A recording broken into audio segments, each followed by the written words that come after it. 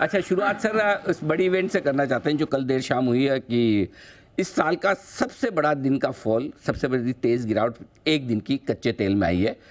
दो सवाल है सर इस पे। एक तो ये कि वजह क्या है? दूसरा ये कि क्या ये टिकाऊ है? और दो के साथ तीसरा और जोड़ दूँ कि क्या फिर ये $97-98 पर जो कच्चा तेल पहुंचा है वो एक बार की टॉप बन गया, अब आसानी से नहीं तोड़ेंगे? ये 2-3 सवाल है कच्चे तेल के डायरेक्शन को लेकर जो हम आपसे समझना चाहते हैं। जी अनिल जी, और पिछले हफ्ते भी जब जेपी मॉर्गन की $150 की रिपोर्ट आई थी और गोल्डमैन सैक्स 100, हमने कहा था 100 तो शायद हो जाए, बट यहाँ से और बढ़ना मुश्किल है। और देखें तो जो डिमांड के ट्रेंड्स आ रहे हैं, डिमांड गिरी है एशियाई बाजार में। अगर आप देखें लगभग 4 लाख बैरल दिन के कम हुए सितंबर में, और सितंबर में अभी पूरी प्राइस राइज नहीं आई थी क्योंकि ये कॉन्ट्रैक्ट होते हैं, एक हफ्ते का कॉन्ट्रैक्ट, 2 हफ्ते, 4 हफ्ते का। तो अक्टूबर में ये जो $95 ब्रेंट गया उसका पूरा असर आने वाला था अक्टूबर में, और लगता है कि डिमांड गिरी है। तो एक तो है कि डिमांड गिरी, दूसरा एक इवेंट था कि ओपेक के मंत्रियों की बैठक थी, तो उसमें क्या होता है मार्केट थोड़ा सा विचलित हो जाता है उसके एंटिसिपेशन में। एक बार इवेंट हो गया, उन्होंने कहा हम कटौती करते रहेंगे, मार्केट ने बोला ठीक है जो करना है कर लो। तीसरी बात जो है, अमेरिका में पेट्रोल की खपत गिर गई, बहुत तेजी से पेट्रोल गिरा है। तो पेट्रोल गिरने का क्या मतलब है? वो एक इंडिकेटर है कि आपका इकोनॉमी थोड़ा स्लो डाउन की तरफ है, लोग कंज्यूम करना कम कर रहे हैं। तो इसके चलते भी हमने देखा कि एक नेगेटिव आया। और चौथा यही है, जो आज सवेरे आप हेज फंड्स की बात कर रहे थे, हेज फंड्स जो कि शॉर्ट होते थे जून में, जबकि बॉटम बन गया था इस साल का, और बहुत जबरदस्त लॉन्ग थे, तो उनको पकड़ा गया कल। और जैसे वो लॉसेस में आई पोजीशंस, हमने देखा अनवाइंड होनी शुरू हुई, तो ये 5% की एक गिरावट आ गई इतनी तेजी से। तो ये चार कारण आप कह सकते हैं, बट बेसिकली यहां से आगे अगर आप तेल की कीमतें बढ़ाते हैं ओपेक वाले, तो वो डिमांड पे असर आता है, सीधा इकोनॉमीज पे असर आता है। तो ये एक असमंजस की स्थिति है उनके पास। 60 लाख बैरल, 6 मिलियन बैरल वो दिन के और उत्पादन कर सकते हैं अगर चाहें तो वो जाने दे रहे हैं। वो सऊदी का बजट निकल के आया, $21 बिलियन का उनका डेफिसिट है। तो बहुत आसान है कि भाई तेल पड़ा हुआ है, उत्पादक कैपेसिटी है आपके पास, डिमांड भी आप क्यों नहीं बढ़ाते हो, और वो कमा लो पैसा और डेफिसिट हटा दो। तो ये प्रेशर आ रहा है इन कंट्रीज के ऊपर। रशिया देखे, रूबल 100 को क्रॉस करके गया, रशिया का करंट अकाउंट डेफिसिट काफी प्रॉब्लम में हो रहा है। तो उसके लिए भी है कि भाई 1 मिलियन बैरल दिन का वो और उत्पादन कर सकते हैं। 3 लाख उन्होंने ऑफिशियली काटा है, और उनके पास है कैपेसिटी जो नहीं बढ़ा रहे। तो ये कुछ प्रेशर्स प्रोड्यूसर्स पे है, कंज्यूमर्स की कंजम्पशन कम हुई है, और एंड कंज्यूमर कह रहा है इतने हाई प्राइस पे मैं नहीं कंज्यूम करूंगा, जो भी डिस्क्रिशनरी स्पेंडिंग है वो रुकी। ये तीन आप कारण सोच सकते हैं, और स्पेक्युलेटिव लॉन्ग्स जो थे वो पकड़े गए कल। और बगा साहब को एक बार जान लेते हैं कि कल बॉन्ड यील्ड और साथ ही डॉलर इंडेक्स दोनों मजबूत तो है, लेकिन होने के बाद ऊपर से ठंडे भी हुए हैं। तो सर क्या ये समझना ठीक है कि कच्चे तेल की तरह ये भी टॉप बनाकर नीचे आ सकते हैं, भले उतना ना है, थोड़ा बहुत ऐसा लगता है? क्या संकेत दे रहे हैं इसे? अनिल जी, एक तरफा ग्रोथ आ रही थी, तो मैं कहूंगा थोड़ा सा भाप निकली है, बट बॉन्ड का बहुत डर है मार्केट में। अभी ये खतरा टला नहीं है, क्योंकि इतने हाई रेट्स पे क्या होता है, फाइनेंशियल कंडीशंस बहुत टाइट हो जाते हैं। कल एक एनालिस्ट की मैं रिपोर्ट पढ़ रहा था, वो कह रहे थे $2.5 ट्रिलियन अमेरिकन कंपनीज के पास कैश है, बट शेयर बायबैक कम हो रहे हैं। क्यों? क्योंकि वो ही कैश आप 5% 6% पे लगा सकते हैं। तो मनी मार्केट फंड्स देखें अमेरिका में 5% वो यील्ड कर रहे हैं। 30 साल के जो मॉर्टगेज हैं उनके 8% से आगे निकल गए। तो 8% अगर आप अमेरिकन हाउसिंग लोन में देंगे डॉलर्स में, जहां आपकी कमाई 1-2% होती थी, वो हो नहीं सकता। और इसी के कारण आप देखिए मॉर्टगेज के जो एप्लीकेशंस हैं उनके 1993 के लेवल्स में पहुंच गए।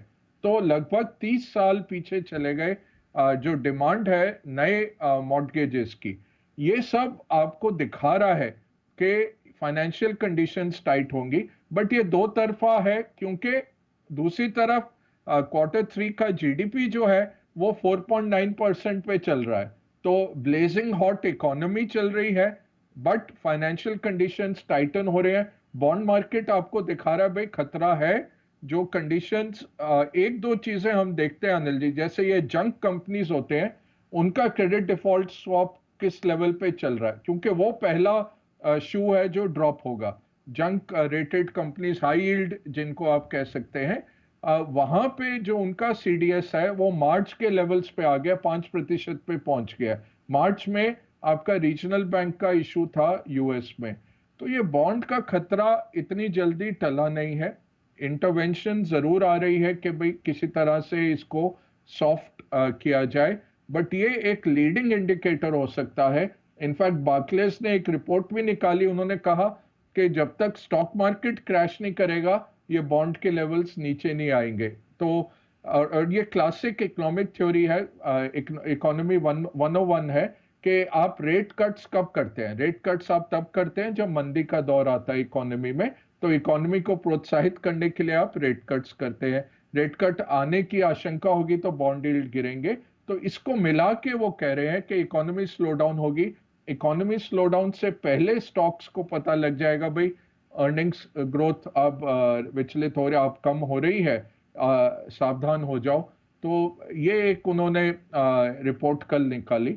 ओवरऑल मैं कहूंगा कि ये सावधानी का टाइम है, इतना आसान नहीं है। और एक मैथ्स आपको दूंगा, थोड़ा बड़ा हो गया ये इंटरवेंशन, बट क्लोज करते हुए एक मैथ्स दूंगा कि अमेरिका का जो अर्निंग्स है वो 6 ट्रिलियन के करीब है। फेडरल गवर्नमेंट का साल का सारा टैक्स और सब कुछ मिला के, और खर्चा उनका 7.8 से 8 ट्रिलियन डॉलर है। तो 2 ट्रिलियन डॉलर का फिस्कल डेफिसिट चला के बैठे हैं। 33 ट्रिलियन डॉलर ऑलरेडी डेट है, उसमें आप 2 ट्रिलियन हर साल का इजाफा कर रहे हैं। वो कहाँ से आएगा पैसा? वो पैसा जब आएगा वो पैसा ज्यादा पैसा मांगेगा, उससे अमेरिकन ट्रेजरीज बढ़ते हैं, उनके यील्ड्स बढ़ते हैं। उनके यील्ड बढ़ते हैं तो दुनिया के सारे पेपर जो उस पर निर्भर हैं, जो जिनकी प्राइसिंग वहां से आती है, वो सब बढ़ने लग जाते हैं। इसका निजात क्या होगा? स्लो डाउन होगा और गवर्नमेंट को कटौती करनी पड़ेगी। गवर्नमेंट कटौती करेगी तो स्लो डाउन आ जाता है। स्लो डाउन के टाइम गवर्नमेंट अगर पुश नहीं करेगी तो स्लो डाउन और तेज हो जाता है। तो इतना आसान हल नहीं है।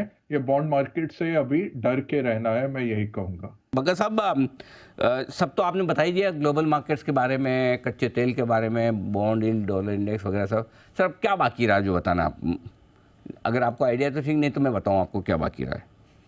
नहीं, आप भी बताओ। सर ये आपके एक मित्र हैं जिनका नाम है जेमी डिमोन साहब। ओह, हाँ, जेपी मॉर्गन वाले, है ना। जी। वो कह रहे हैं कि हफ्ते में 3.5 दिन ही काम करना चाहिए। तो मतलब आपकी क्या राय है? आप उनके साथ सहमत है? बिल्कुल, आपने बिल्कुल उनको कन्विंस कर, आप ही ने किया है, या मतलब क्या विचार क्या है आपका? नहीं, अनिल जी देखिए, वो आर्टिफिशियल इंटेलिजेंस के संदर्भ में कह रहे थे कि काफी हद तक ये जो रेपिटेटिव टास्क हैं वो हो जाएंगे ऑटोमेट, और फिर लोगों के लिए एक वेलफेयर की तरफ से तरीके से कह रहे थे कि 3.5 साल, स्पेशली जो महिलाएं नहीं एंटर कर पाती वर्कफोर्स में, क्योंकि बच्चों का ख्याल रखना होता है, फैमिली का ख्याल रखना होता है। तो उसके संदर्भ में ये कह रहे थे कि लोगों को बहुत फ्री टाइम भी मिलेगा, बट बाकी तो नेशन बिल्डिंग करना है तो 7 दिन ही काम करना पड़ेगा। और हमारे मार्केट में तो अब ये बात चल के आ रही है कि रात तक ट्रेडिंग रहेगी। तो मैं यही सोचा था फिर हमारी प्रोग्रामिंग कैसे होगी, और इतना तो कोई भी नहीं कर सकता। 12-12 घंटे तो ऑन अ सस्टेन्ड बेसिस नहीं हो सकता है। तो जेमी डायमंड की बात और है, और ये काफी हद तक 4 डे वर्क वीक तो आ रहा है यूरोप में, अगर आप देखें जितने घंटे लोग काम करते हैं। और ये अभी नहीं है, मैं याद करता हूँ अनिल जी, 90s में यूरोप में मैं कॉल सेंटर्स लागू कर रहा था, और कोई मुझे वर्कर नहीं मिलता था वेस्टर्न यूरोप में जो तैयार हो सैटरडे और संडे को काम करने के लिए, तो हम कॉल्स जो थे भारत लेके आते थे। जब ऑफशोरिंग पैदा भी नहीं हुआ था उस टाइम पे हम भारत में कॉल्स ले रहे थे यूरोप के। और फ्राइडे को आप 4 बजे किसी के साथ मीटिंग नहीं रख सकते, क्योंकि लोगों का होता था कि भाई फैमिली के साथ बाहर जाएंगे। 5 बजे अगर ऑफिस का कट ऑफ है, ऑस्ट्रेलिया में हो तो 2 बजे तक बियर की बॉटल्स खुल जाती थी ऑफिस में, और काम वाम आप नहीं कर सकते, और मीटिंग तो आप सोच भी नहीं सकते सेकेंड हाफ ऑफ फ्राइडे। तो लोगों का कल्चर ऐसा है। हम तो थे, हम सैटरडे संडे भी ऑफिस पहुंच जाते थे, काम करते रहते थे, हर एक को आउटवर्क कर देते थे। तभी भारत इतना उन्नत देश बन रहा है, क्योंकि हमारा तो ये रहेगा जज्बा और वर्क एथिक। तो जेमी डायमंड की बात और है, बट और ये होगा वेस्टर्न कंट्रीज में, बट भारत जैसे देश में तो हमें तो काम करना है, नेशन बिल्डिंग करनी है। काम करना पड़ेगा। हाँ, नहीं आ रहा था। नहीं बग्गा साहब इसे सही कह रहे हैं। इस बात भाई, सही है। हिंदुस्तान में सारे जो इतने लोग आगे बढ़े हैं पूरे दुनिया में, उसकी दो ही वजह।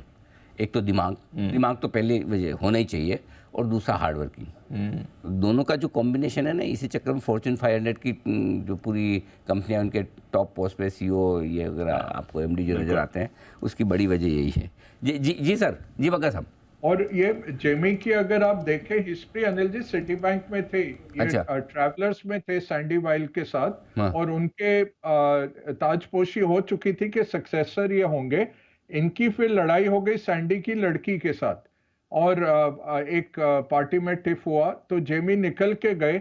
और आप देखिए कि इस तरह से भी किस्मत पलटती है कि कंपनी छोड़ के गए, ताजपोशी हो चुकी थी, सिटी कॉर्प के हेड बनने वाले थे, छोड़ के गए नौकरी, और वहां फिर चेस मैनहट्टन में गए, जेपी मॉर्गन के साथ विलय हुआ, और इतना बड़ा बैंक बना लिया। और अब आप कह सकते हैं कि दुनिया के टॉप बैंकर हैं, नंबर 1 अगर आप देखें एक्सपीरियंस में या मार्केट कैप में, किसी भी तौर पे आप देखें।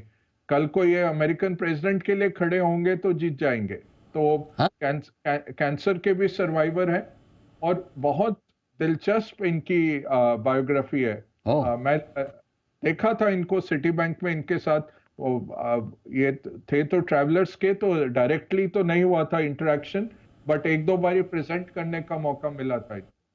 भैया क्या बात है सर, मतलब आपको पूरी हिस्ट्री पूरी याद है। मतलब मुझे तो अब ये तो आपने बोल दिया, नहीं तो मैं तो पक्का ही मान लेता कि आपके दोस्त ही रहे होंगे। इतना सब कुछ आपको, पूरा उनका करियर और लाइफ का स्पैन पूरा गजब सर। मतलब सबके साथ काम किया बगैर। एक तो चलो, एक तो क्या है, इंटरेस्ट है सरकार, दूसरा इंटरेस्ट पढ़ भी लेते हैं, तीसरे सबसे बढ़िया सब याद रह जाते हैं। उनकी कौन सी वो उनकी बेटी के साथ लड़ाई, और मतलब उनका नाम अभी आपने जो बोला सैंडी बाइल, क्या बोला, मैं तो वो भी याद नहीं रहा अभी आपने बोला।